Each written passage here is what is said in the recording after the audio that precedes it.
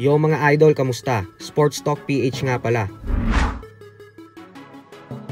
Ang pahayag ni De La Hoya, pag-usapan natin yan mga idol. Ngunit bago ang lahat ay huwag kakalimutang mag-subscribe at i-click ang notification bell button for more sports talk. So sa isa nga po sa mga latest interview ng former 6th Division World Champion Oscar De La Hoya, ay muli nitong sinabi na grabe daw talaga yung pambubugbog na ginawa sa kanya ng ating pambansang kamao Manny Pacquiao mahigit 15 taon na ang nakakalipas, kung saan ito na ang nagsilbing huling laban niya sa kanyang buong professional boxing career. Ayon nga po kay De La Hoya ay may oras umano sa round 7 o round 8 na dahil grabe na umano yung mga pinapatamang mga suntok sa kanya ni Pacman, ay hiniling niya na lang daw na sana ay makatama daw ng isang perpektong suntok si Pacquiao sa kanya na siyang magpapatulog sa kanya. Nang sa ganun umano ay matapos na ang laban at ang kanyang mga parusang tinatamasa sa ibabaw ng lona. Pero giit nga po ni De La Hoya na hindi niya daw kasi talaga masyado nararamdaman na malakas talaga yung mga suntok ni Pacquiao. Kayang-kaya niya daw itong tanggapin at saluhin. Kaya naman kahit umano ang daming solidong suntok na ipinatama sa kanya ng ating pambansang kamao, ay hindi daw siya nito nagawang pabagsakin maski isang beses man lang. Sa kabilang banda naman mga idol ay sinabi naman nga po ng head trainer ng undefeated 3 Division Champion Gervonta Tank Davis na si Calvin Ford na nagiging matalino daw ang former Unified Welterweight World Champion Kit One-Time Thurman sa mga nagiging desisyon nito.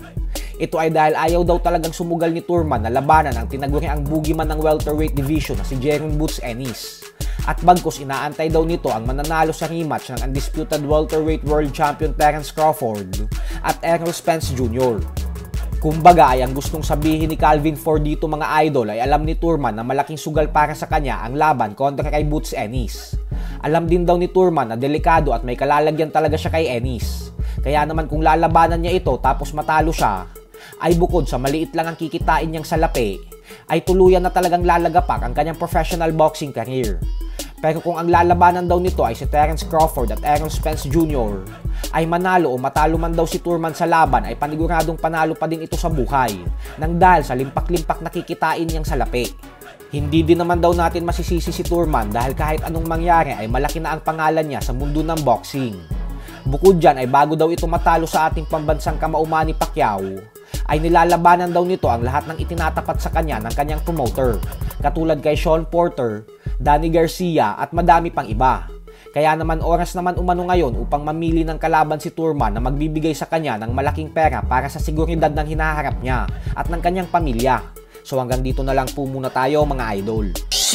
Sports Talk PH, kakaiba ang laban ng mga Pinoy. Lakas at dedikasyon ng aros na tinuon. Kamaong nagbabaga ang sayo ay babaon. Mga Pinoy